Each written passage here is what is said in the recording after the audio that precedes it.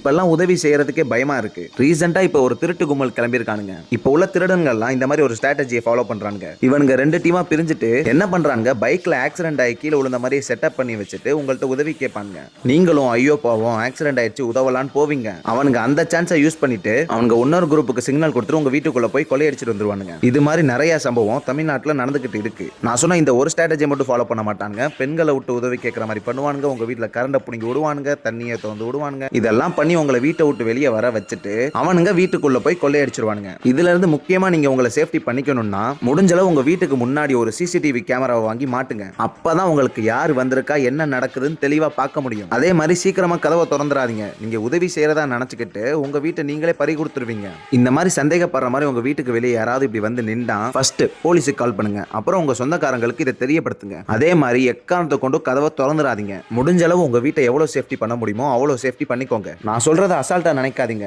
இப்பயே உங்க வீடு சேஃப்டியா இருக்கான்னு செக் பண்ணிக்கோங்க.